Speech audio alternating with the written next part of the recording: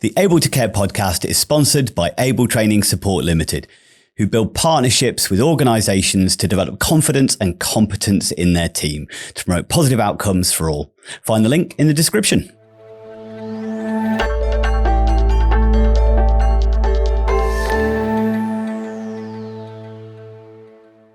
Hello and welcome to the Able to Care podcast. I'm your host, Andy Baker, and joining me as usual is my co-host, Nadine Sutton. Hello.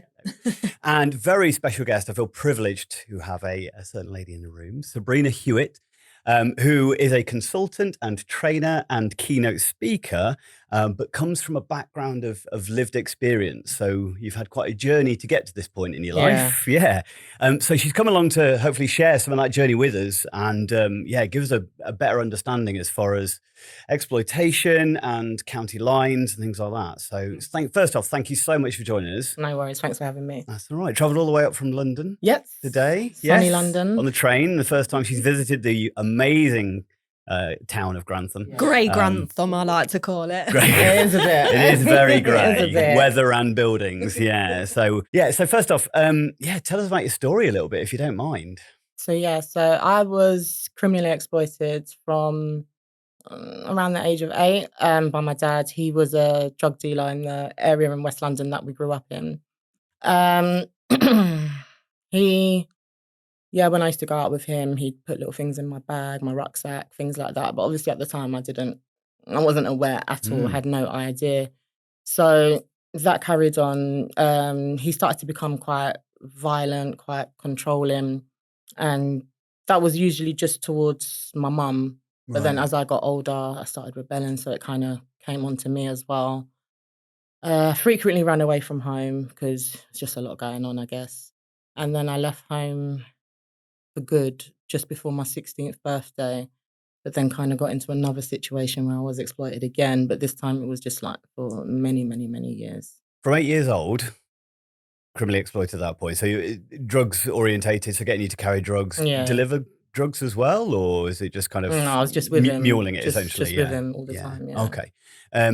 So at the age of 16, you left home. Was there any kind of interruption in that journey? Did anybody pay attention to that? Was it known about? Was it? So when I left, I went straight to the social services building because I had social workers. Oh, okay. You did have social workers. Yeah, in and out. So I went to the social services building, and so basically what had happened prior to that is I had a bit of an argument with my little sister, and then she's told my dad, and he's just kicked off, but he had to go out, so he was just like, oh, when I get back, whatever. And I was just there, and I just thought to myself, well, actually, I can't be bothered with this anymore, to be fair. And then I just, I just went to the social services building, explained to them the threats that were made. Yeah. And she said to me, her first thing was to me is, what did I do to make him so angry?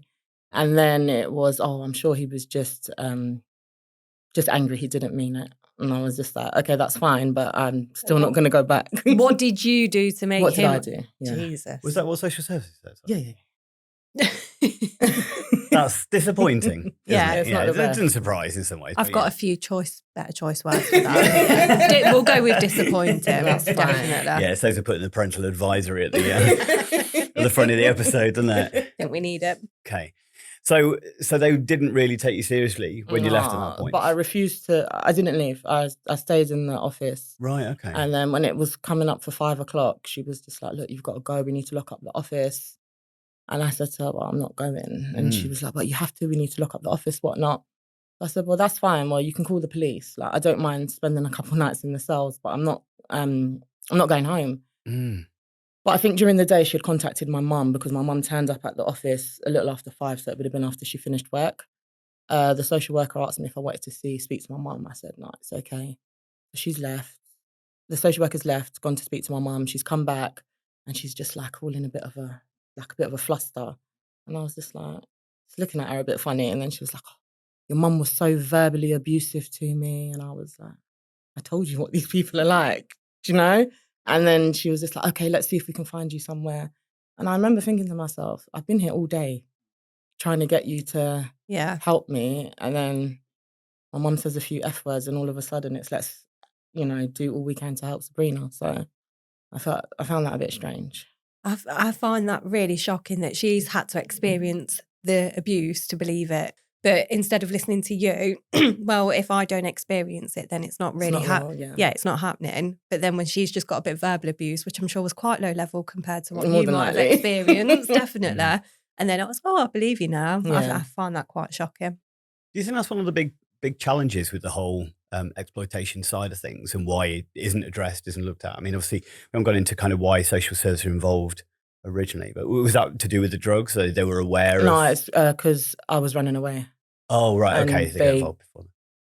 Kind of labelled me, I guess, as like a problem child, a runaway, aggressive, all those good labels. Yeah. So there wasn't any kind of already at that point looking at why you were running away, that there might be something No. negative I was going never on. asked It was that. It was right. always, I've got better things to do, and now I've got to write the report, and I was just like, okay. But it was just always like, there was never, where did you go or why did you leave? I never was asked those two questions. More of a headache. Yeah, basically. I'm causing too much work for them now. Yeah. I find it so strange. I hear it from parents and things like that, kind of going, and I think we've got better in some ways, or I thought we had. Maybe that's me being naive.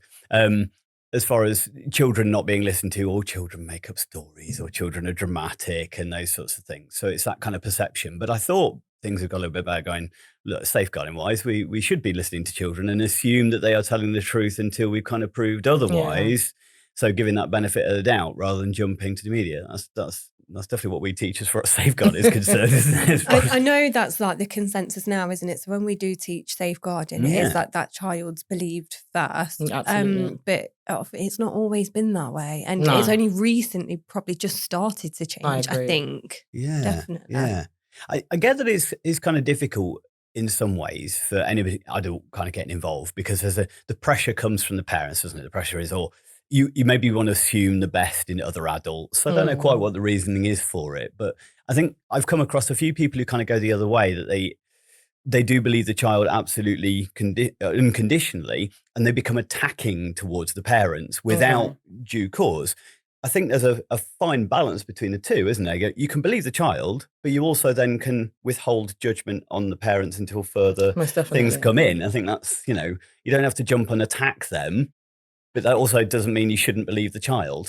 Yeah. I think one key thing, though, that you've said that I've picked up on is that you kept running away. Yeah. So it wasn't just once. You weren't just kicking off or like playing up. Obviously, we don't use those words, but you wasn't just doing that like every so often, and it wasn't just a teenager having a strop. Like this is something that you repeatedly done. How that wasn't a flag in itself, it's difficult. It's difficult to understand that. It is, isn't it? Yeah. Actually, looking back, you find it a little odd as well. I do. Knowing what I know now, obviously, been working with young people, closely with social services, etc. I see a lot that shouldn't have happened, and sadly, I still see some of it now, and it's just a bit like, oh wow, we haven't really moved.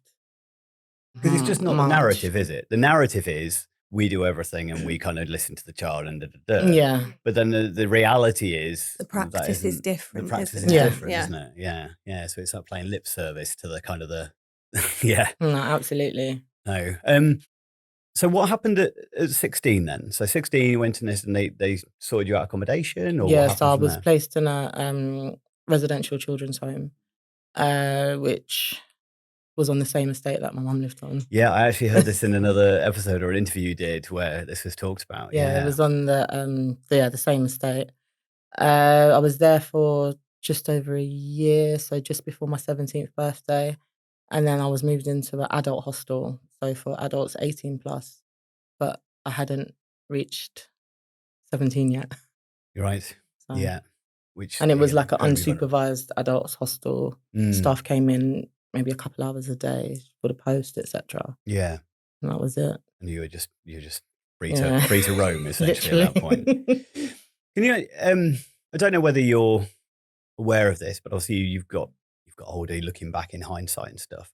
Obviously, one of the things that we teach around child development, that when you are in an environment of chaos and trauma, and I should imagine there was domestic abuse and violence was something that you were witness to, that there is often a kind of a developmental delay. Do you think you were Do you think you were actually 17, or do you think you had a higher level of vulnerability to a typical 17-year-old, even at that point? That's a hard one. I was definitely, I'd consider myself definitely like a poster child for exploitation. Yeah. Because all the factors were there. Looking back, probably I was more vulnerable. But obviously at the time, I didn't think so.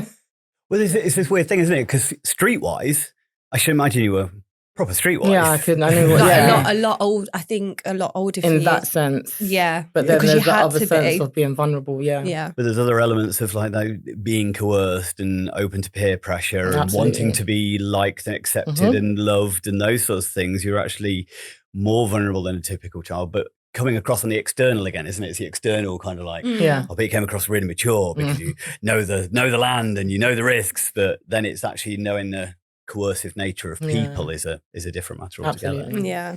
I did find it, again, you said you weren't shocked, and I suppose, I'm not, as far as being put on the same estate as your mum and stuff like that. I heard this yesterday. I was teaching designated safeguarding leading yesterday for people that run a children's home, residential home, and they're 20 minutes from their mum. So they constantly just keep absconding, running and stuff. I'm not surprised. They want to go home. It's familiar. Yeah, but again, obviously the risks around it, the children don't have full understanding, but 20 minutes walk away. So mine was like literally just upstairs along the landing. Yeah, and these children are in the same boat, so CCA. So that's why they're in care already. So I suppose you it's slightly different for yourself. You didn't want to be there, like at home. Yeah, no, you were done with that, weren't you? As far as, so there was no kind of running back at that point. I know it is very common with a lot of kids that do, they didn't want to leave. Some want to go home, don't they? Yeah. It's that trauma bonding and stuff like that. And I think it's what you know, isn't it? It's what you're familiar with, what you're kind of comfortable with. Yeah. Anything new is a bit like, I don't know if I could do this type thing, and then you kind of fall back into what you know. So. Well, I think when we were having a chat, you said that's one of the things that actually left you vulnerable as well, wasn't it? That, because we had a chat before the podcast, and you sort of said that you were then kind of you were exploited again within that adult setting that you were in. Is that right? Yeah, that's correct. So what happened there then? So in the hostel, my neighbour, I think he was like 2 doors down from me, obviously started talking, "Hi, you okay?" Blah blah blah, and then went to his room. He was just chilling with his friends, and then I remember seeing things that I was used to seeing growing up. So, like the scales, cling film, all different bits of drug paraphernalia, but they were normal to me. The things I see every day growing up at home. So there were no red flags for me in that sense. It was just normal. Yeah, this is what everybody does. Yeah, literally. Yeah, I get it. Yeah.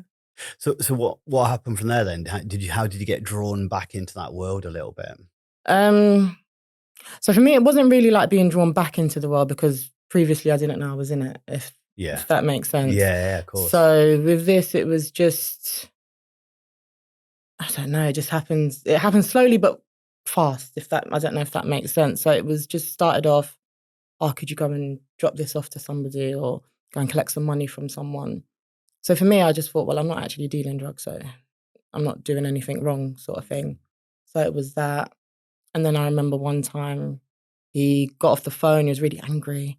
And I was like, what's wrong? He said, the person he needs to basically like change the cocaine into crack, he's like, he can't come today, and I need him today because that needs to be done. So I kind of just said, I'll do it for you. And he just looked at me like, what? And I was like, yeah. And he's like, you can do it. I was like, yeah. So then I kind of made myself useful. So I was doing that as well. So it kind of, went from there. So really. Is that a skill? Is that the right word? I don't know. Is it a skill? It's not like baking fairy cakes, is it? But do you know what I mean? It is a skill. That you learned at home with your dad. So he taught you how to turn cocaine into crack. So then it was a case of, and I should imagine there's an element of, I don't know, maybe you're definitely better to tell me. Was there almost an appeasing the adult? So when it was a case of you wanted to be needed, you wanted to be helpful when you were a child? Position myself in a position where, I was looked upon as someone that that could do something. Something worthwhile and stuff. Yeah. And I suppose, obviously in that world, it's a great skill to have, and it is worthwhile knowing somebody that can do that. Yeah. And because, again, formulation-wise, people just watch Breaking Bad and that's it. And that's what they think it's all about, kind of thing. That's my whole understanding of the drug world, that is. You've watched Breaking Bad. And Trainspotting, that's it. No, but you get what I'm saying. It is a skill in that world, and being able to. I've heard it around the places where I've grown up. Say, what you can skin up, and that's like rolling a joint. So yeah, it is. I suppose a skill. Yeah, I don't like the word skill, but you get what I'm saying. It feels odd, doesn't it, to refer to it? And as you said, it's framing it within that world. It is a skill. It is a valuable commodity kind of thing. Yeah. So did that kind of expand your involvement within that situation? Because you obviously said it sounded like you didn't realise I'm not really involved in drugs. I'm just dropping some stuff off. But did you recognise you were more drawn at that point, or? Yes and no. So I realised obviously I was doing more, but in my mind I still wasn't dealing drugs because I hadn't sold drugs to anybody. Like, that was my kind of reasoning. I guess. Was that your kind of line then, as far as you just had in your head? If I'm not dealing drugs, I'm not directly selling it, then this isn't wrong. Where did that come from? Or was that a value system you had? It's just, I wasn't a drug dealer. Yeah. I wasn't selling drugs. Right, so okay. That was it. I don't know. I was helping out. I think that's the words I was helping out a bit, but I wasn't selling drugs. Right, okay. Did you have a kind of a connection in your head and that's the line I won't cross? Or is it just a case of there was something holding you back from that make you feel better about it, or? Not really. There were a few lines in my head that I just thought, well, I'm not going to cross. But then when you're in a situation where you're forced to do something, it's just like that kind of goes out the window. So there wasn't really, I had my own morals, but I wasn't really able to act upon them. I think as well, if you think you're doing a favour for someone and you perceive them as to be friends, people who look out for you and care for you, you do things for them that you that you would do outside your own morals because you think, oh, they're a friend and they'd probably do it for me and stuff like that as well. It's so easy. Really easy, definitely. Yeah, there's a peer pressure. There's just a wanting a connection. There's everything like that. Yeah. So what got you out? What was how long were you in that world for, would you say? About 15 years. Right, okay. Maybe a little bit more. Yeah. Is that from when you were 16 and you got back into that world? Mm-hmm. So you kind of left it when you were in your 30s, early 30s? Yeah, something like that. Yeah, okay. So what got you out at that point? Or was there things along the way that kind of shook you up? 3.5-year prison sentence. Right, okay. Was that at the end of that? Yeah. So you came out and decided, not for me. Whilst I was in, actually, I decided. I think the first night I was there, I kind of felt relief. And it was, I think the first time I'd ever really had the time to listen to my own thoughts, kind of understand myself as to what it is I want, and as opposed to being told, okay, be here at this time, do this.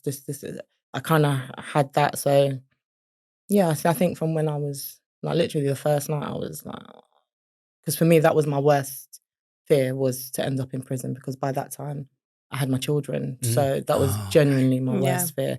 So it happened. So I was like, well, this is it. Can't do this again. So. Right. What was your actual sentence? And then is it 3.5 years you served, or was that? My sentence was 3.5 years. I served 14 months and then 4 months on tag. Right. Okay.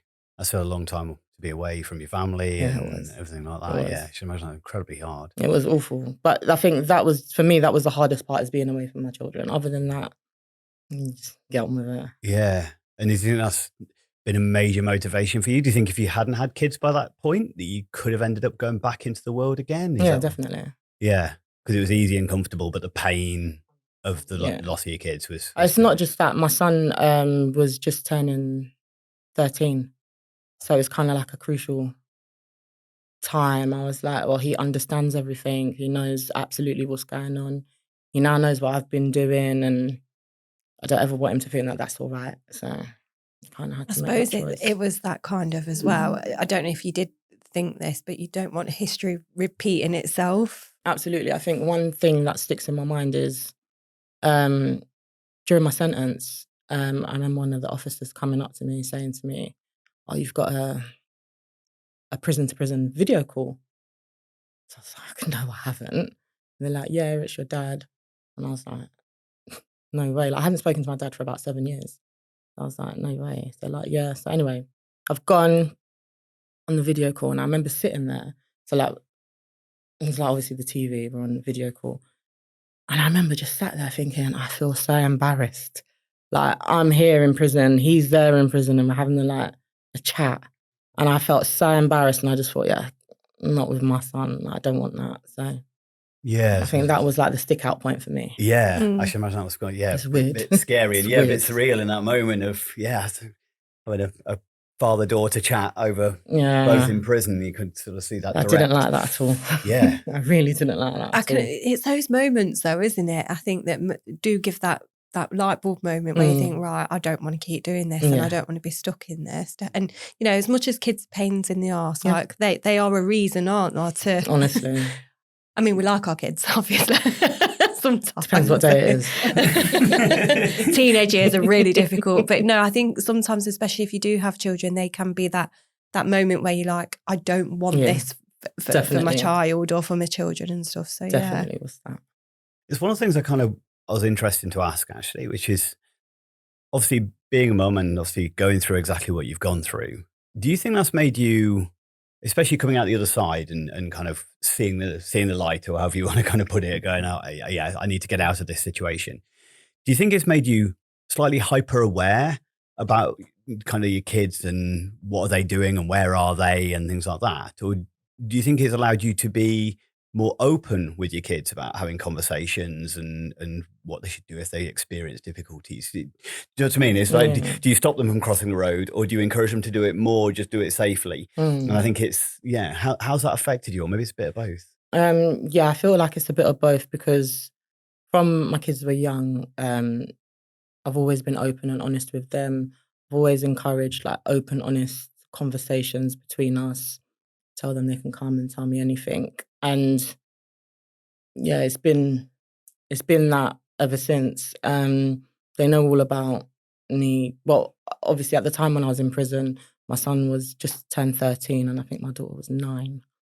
And then I had the baby. But they're aware. Yeah. And obviously as they've gotten older, we speak about it more in depth and things like that. And then on the other side, it does make me, and my son says my job makes me paranoid. Right. And I was like, yeah, what's that? Like, but it does, and sometimes I do have to hold myself back and be like, no, this is actually normal. This is fine. It's normal behaviour. Yeah.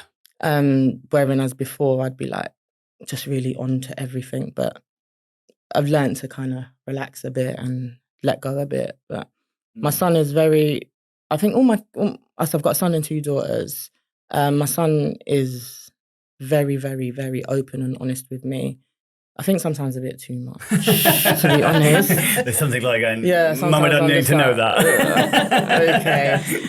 Okay. My girls are honest, but they're girls. They're a bit, they're a bit sneaky. Yeah. But my son, definitely, he's very, very, very open with me, very honest. And we've had some good conversations as well. So kind of a balance of the two, I guess. Yeah, 100%.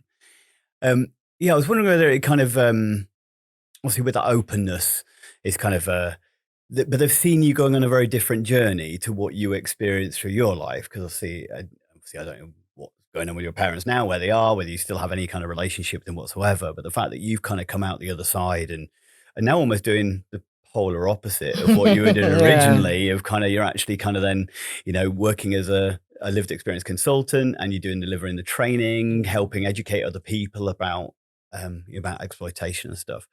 Are they quite aware of what you're doing now? Yeah, 100%. They know everything. They seem to be very proud. They say they're very proud. Yeah, that's really sweet. It's nice because when I first started, my daughter would come with me because laptops and stuff is not my strong point. So she'd come and set up the PowerPoint and things. And then after the first training I did, she said to me, like, I didn't know you, like, this is what you do. I said, yeah. She's like, it's amazing. You're so brilliant. And I just was like, oh, this is different. It's so nice hearing it from your kids, though. Definitely. Not, Mum, can I have a fiver? Or, do you know what I mean? Did they come after, though? Yeah, probably. I think you're brilliant. That's definitely worth a tenner. But yeah, they're really proud. My son is, at first, he was like, you don't want me going on any podcasts. I can't do any TV interviews. Can't do anything. Like, I can't be out there like that. Yeah. But now he's seen what I'm doing. When I tell him I'm doing, I've got this to do, he's just like, oh, that's really good, Mum. That's really good. Thank you for listening to the Able to Care podcast. If you're enjoying this episode, please like, comment, and share. We really appreciate all of you listeners. So, do you think, looking back in hindsight, there was moments or opportunities that people could have interrupted it, could have stepped in, could have done something differently that would have prevented you getting to that point of prison when you're 30s? Yeah, definitely. I think the earliest, I'd say, intervention probably would have been when I was around 8 or 9, when I woke up to armed police in the house. My little sister was crying. My mum was kind of frozen. I was looking for my dad, and just see through the bedroom door into the bathroom. He was on like the floor, and the armed police were around him. And I kind of was like, oh, my mum's not doing anything. My sister can't do anything because she's younger than me. Like, I have to kind of figure things out. So I don't know how, but I managed to get myself and my sister ready for school. And school was like literally just 5 minutes.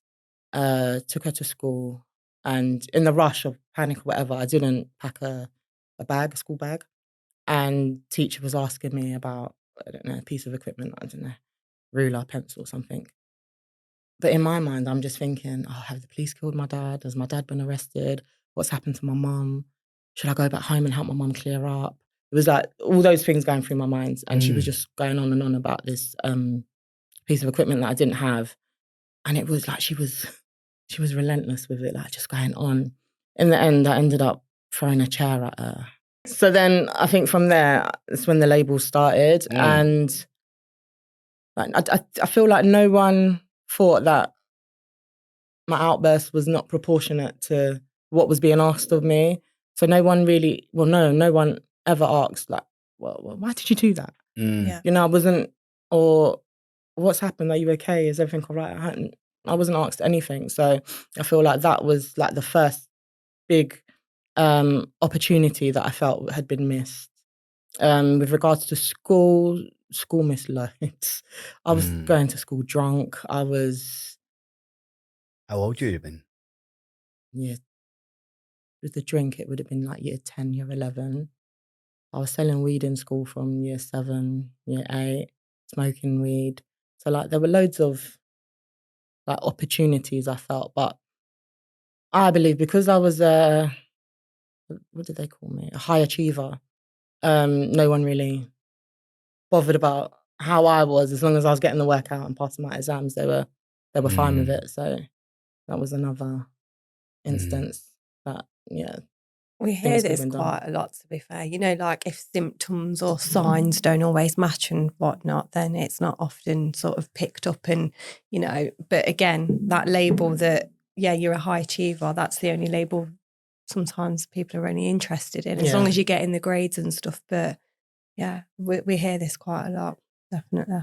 It's strange, isn't it, that I think there's always that lack of empathy and getting caught in that moment for teachers and stuff like that. Kind of, yeah, the focus for them is on whatever the bit of equipment that you were missing in that moment, but there is no investigation. And as far as I try and get that over, we try and get it over a lot in the training that we do, is the bottle of Coke analogy, that, you know, just because you get covered in Coke doesn't mean you're the one who shook it. There might have been a lot of stuff going on beforehand, you know, that's what you should be, a better detective than judge.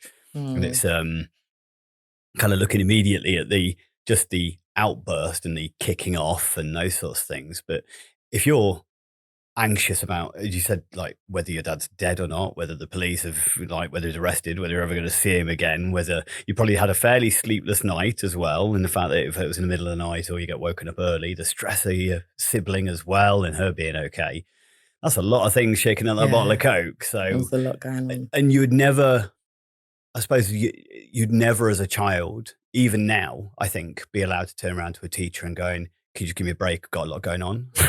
No, honestly, yeah. Do you know what I mean? It just wouldn't happen, would it? In a case of that's not good enough. Yeah. And yet, what do we encourage in workplaces and stuff like that? Take time out, to express, I've got a lot going on. Please, can you give me a break? And we, it's still not there as far as children should just be able to cope. Yeah.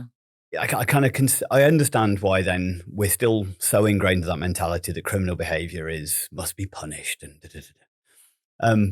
but that's the thing, isn't it? It was a journey up to that point. It wasn't one day you decided, I didn't wake up. I'm going to be a criminal, I think. Do you know what I mean? It wasn't in your career plan, No. And it was that journey into that point that actually there was so much stuff leading up to that you didn't know any other way of life. You didn't know how to connect with people in any other way. Absolutely. It was just how am I of value within this world? Yeah. That must be a kind of a real kind of strange way of experiencing life as a whole. Do you see that now with a lot of people? I mean, did you still experience, or do you still experience a lot of stigma around the fact that you've been to prison, that you were involved in drugs, or have you managed to overcome that, do you think? I think in general, I've managed to overcome it because I've worked so hard at like what I do and now. But the only thing I will say is that, so currently I'm at university doing my master's, but I felt I had to have some form of qualification for other professionals to kind of take me that bit more seriously. Just not, she was just used to be bad and now she wants to talk about it type of thing. Like I want to show that I felt that I needed to show that I've got the theory part as well as professional and obviously personal experiences with it. So I think that's the only thing that I felt like I needed to do. I think that's really positive, but as well, like you can turn around and like stick your middle finger up and be like, yeah, I do have a master's actually, so sod you. But I think, with the stigmatisation around it, because you are open and honest and you talk about it, how can they stigmatise you? And if they want to, well, that's their issue really. Yeah. It's nothing to do with you, but you're open and honest and you talk about and it's actually helping other people. Yeah. So as far as that stigmatisation around that, they can shove it somewhere, can't they? I agree with that wholeheartedly. There's part of me that kind of, I think you're obviously an incredibly intelligent lady, you're articulate and you present yourself very well. And they are also other skills that you've also got and you've developed over a period of time. And maybe you were, born with some, high achiever at school, so you get picked up and there was a negative. But you've also managed to turn your life around because you've managed to do a degree and you've managed to kind of be a public speaker. But I should imagine there's many, many stories that have gone through exactly the same circumstance as you, who weren't as intelligent, didn't have that ability to go on and do a degree and turn their life around in that way. And therefore they are more, shelf staffers in a supermarket kind of thing. And that's amazing. And they're doing really well and still turn their lives around. But that's where they're still probably battling that stigmatization a little bit because they've not been able to almost completely counter.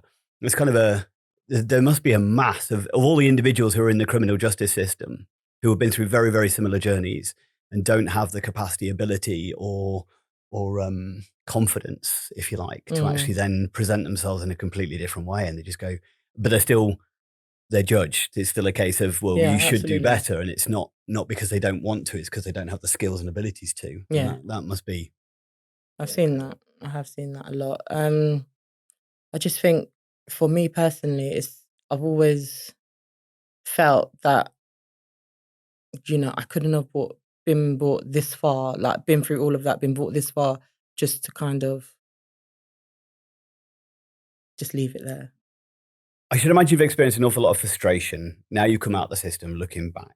So I know obviously now you deliver training courses and I know you deliver courses on child criminal exploitation. That's right. And is County Lines as well. What do you tend to talk about on your training courses and what do you find important to you? With the criminal exploitation in County Lines is kind of grouped into one training session.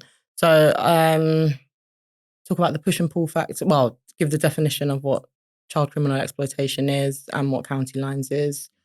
So County Lines is drug supply from a major city to one of the more smaller rural villages or towns. So yeah, I talk about exactly give the definition of what each of those are. signs to look out for with young people, push and pull factors, what life is actually like when you are being exploited, when you are on county lines, and what to do if you suspect that a young person that you're working with is being exploited or going missing on county lines. So that's that one, yeah. Yeah, okay. What do you think are the main things that are a complete misunderstanding? So when you're delivering your training, obviously you've got this inside view, what do you think from people from the outside who've got no experience of it directly? What do you find are their kind of biggest take-home messages? They're like, I didn't think of it that way or didn't understand that. That young people who have been exploited are actually victims. They're not, I mean, we have obviously the victim perpetrator cycle, but it doesn't mean that it doesn't take away from them being a victim as well. And that's how they should be dealt with. That's how they should be supported as victims. Because, we wouldn't criminalize someone who's been sexually exploited, but we tend to criminalize those that have been criminally exploited, whereas there's not really why one and not the other. Yeah. So I think that's a really big one. And also, if a professional is working with a young person, just because they might be selling a little bit of weed to their friends, that doesn't mean they're involved in county lines. So we get that a lot as well. Yeah. So it's just trying to show the difference between, like regular drug supply and then obviously the county lines drug supply. Yeah. Because there's a difference.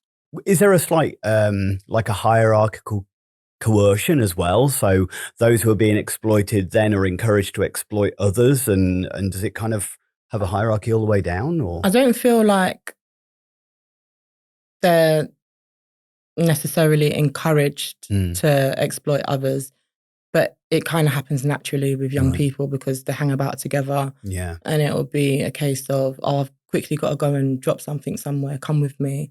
And then they kind of get involved. So that young person hasn't intentionally set out to exploit their friend, but they've done so unknowingly. So I wouldn't say there's pressure to do it, but it's kind of the natural order, I guess. I was going to ask that. So even like going back to your friend, if if somebody has said to him years ago, like, did you know that you're like criminally exploiting this child?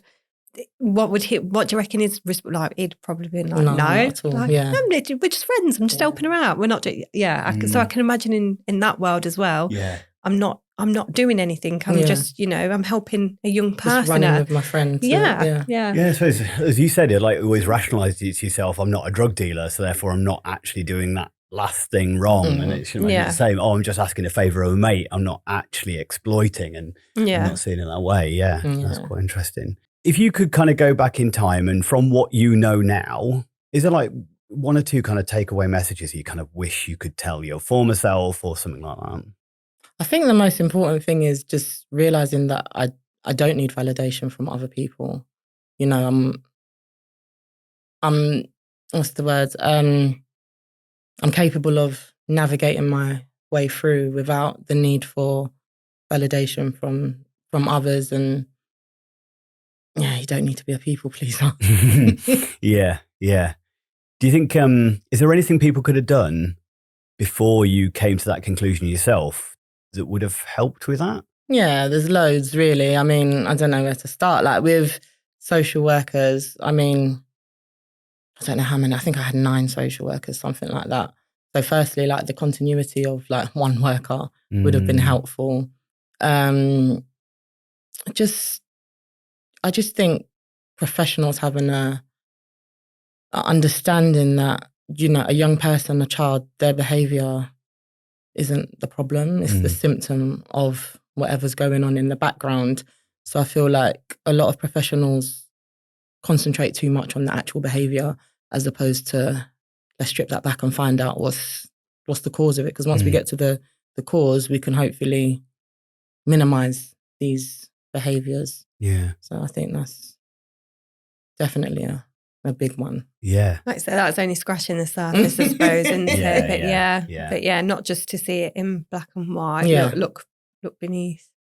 Definitely. Thank you so much. Yeah, thank you. We'll make sure that we link over to your to get in contact with you on the in the show notes or in the comments and stuff, so people can find you and get some one-to-one training or some group training and hear the story themselves. Definitely. But thank you so much. Yeah, no problem. Thanks for having me. Thank you.